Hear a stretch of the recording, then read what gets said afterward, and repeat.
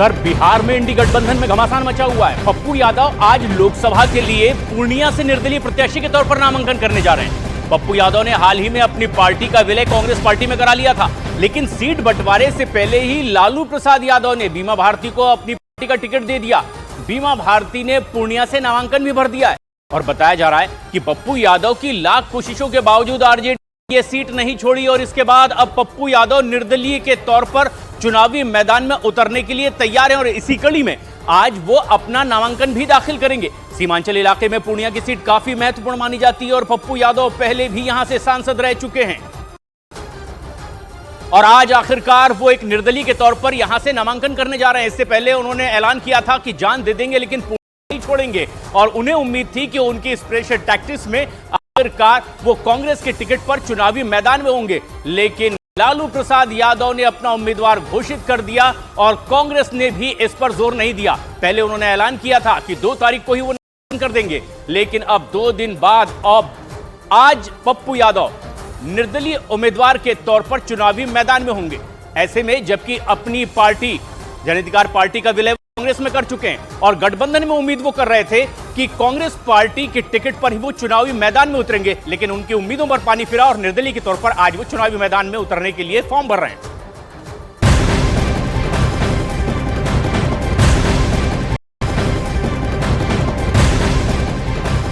वहीं समाजवादी पार्टी में भी घमासान लगातार जारी है। सूत्रों के हवाले से खबर है कि मेरठ सीट के बाद अब बागपत में भी समाजवादी पार्टी ने प्रत्याशी बदल और बताया जा रहा है कि समाजवादी पार्टी ने इस सीट पर पहले जाट कार्ड खेला था, लेकिन नामांकन खत्म होने में सिर्फ 1 दिन बाकी रहने से पहले ही अमरपाल शर्मा के नाम की घोषणा हो सकती है और माना यह जा रहा है कि समाजवादी पार्टी बागपत में ब्राह्मण कार्ड खेल सकती है। बागपत में दूसरे चरण में 26 अप्रैल को वोटिंग होनी है और ऐसे में समाजवादी पार्टी के भीतर ही जो उम्मीदवारों को लेकर घमासान मचा हुआ है, उसी कड़ी में अब मेरठ में लेकर बागपत तक के कई ऐसी सीट्स हैं जहां यह असमंजस समाजवादी पार्टी में देखी गई और माना जा रहा है कि समाजवादी पार्टी की अंदरूनी कलह की वजह से अब मेरठ में बागपत में प्रत्याशी बदलने की नौबत समाजवादी पार्टी को आई है। माना जा रहा है कि बागपत में समाजवादी पार्टी चाहती है कि ब्राह्मण कार्ड खेल करके वो यहां अपनी स्थिति को मजबूत करे और इसीलिए अब वो उम्मीदवार बदलने को मजबूर दिखाई दे रही है।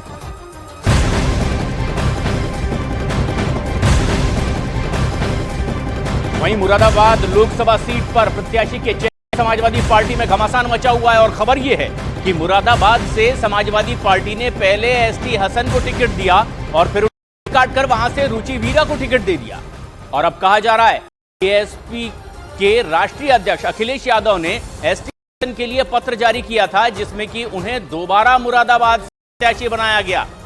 हालांकि रुचि वीरा का नॉमिनेशन करने के बाद पत्र जारी किया गया था। रुचि वीरा का सिंबल कैंसिल करने के लिए चुनाव आयोग को पत्र लिखा गया था और इसके बाद अखिलेश यादव ने पत्र लिखा और यह पत्र लखनऊ से मुरादाबाद चुनाव ऑफिस के पास भेजा गया, लेकिन समय से पत्र ना पहुंच पाने के कारण लेटर रिसीव नहीं किया गया और इस कारण रुचि वीरा ही कैंडिडेट बनी रही और ये एक जबरदस्त घमासान देखने को मिला है मुरादाबाद सीट पर।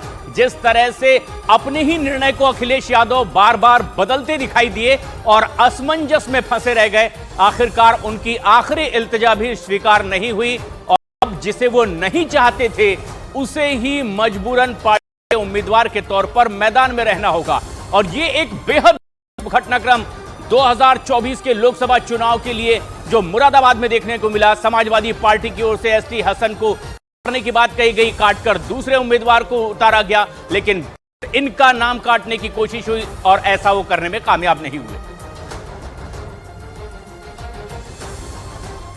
देखिए, अखिलेश जी मुझे चाहते थे कि मैं चुनाव लड़ूं, उसके लिए उन्होंने इंतजाम भी करे और मेरे पास कागजात भी भिजवाए, चार्टर्ड प्लेन से यहाँ पे आए। अब वो यहाँ के कुछ बाहरी नेता हैं, उन्होंने जो लखनऊ से आए हुए लोगों को ट्रैप कर लिया और उन्हें रामपुर ले गए। रामपुर में इतनी देर लगा दी कि यहाँ का टाइम निकल। बाद में 4:20 पे वो लेटर की ओरिजिनल कॉपीज भी आ गई, लेकिन टाइम निकल चुका।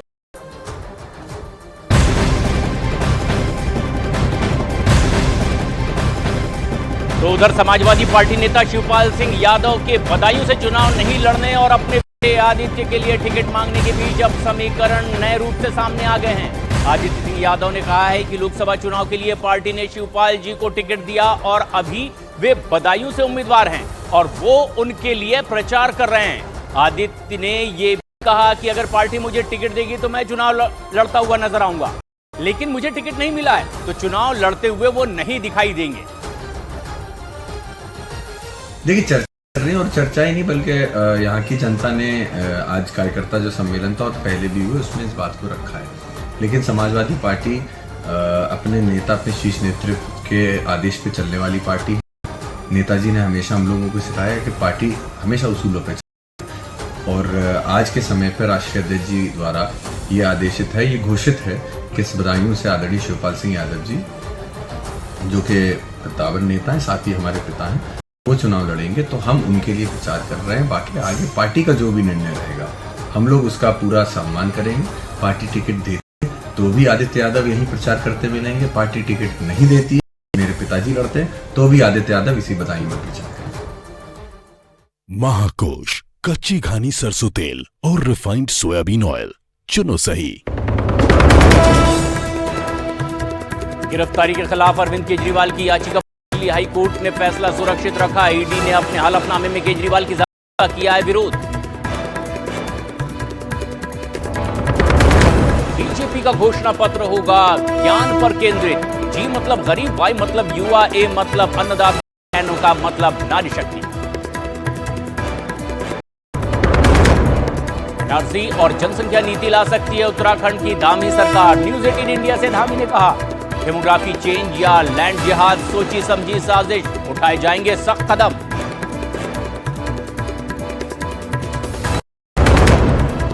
ताइवान की राजधानी ताइपे में 7.5 तीव्रता का आया भूकंप। हादसे में 9 लोगों की मौत, 800 से ज्यादा लोग घायल। प्रधानमंत्री मोदी ने हादसे पर ट्वीट कर जताया दुख।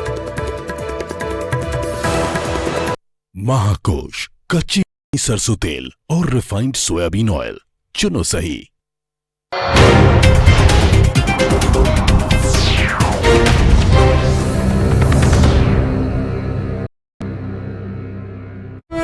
लोग जान बचाने के लिए भाग रहे हैं। हालांकि थोड़ी देर बाद वहां सब कुछ